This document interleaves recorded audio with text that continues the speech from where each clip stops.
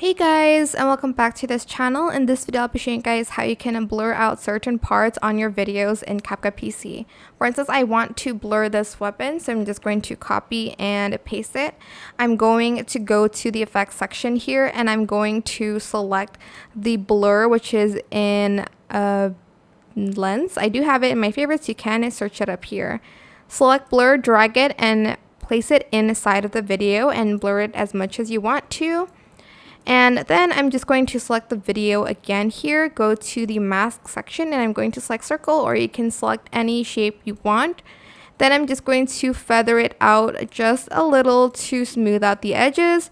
And that is pretty much it. I have that thing sort of blurred out a little, maybe make it a little bit bigger. But yeah, I hope this tutorial was helpful for you guys. Don't forget to like, comment, share, and also subscribe to this channel if you haven't done that already. If you have any more questions, just leave it in the comment section down below.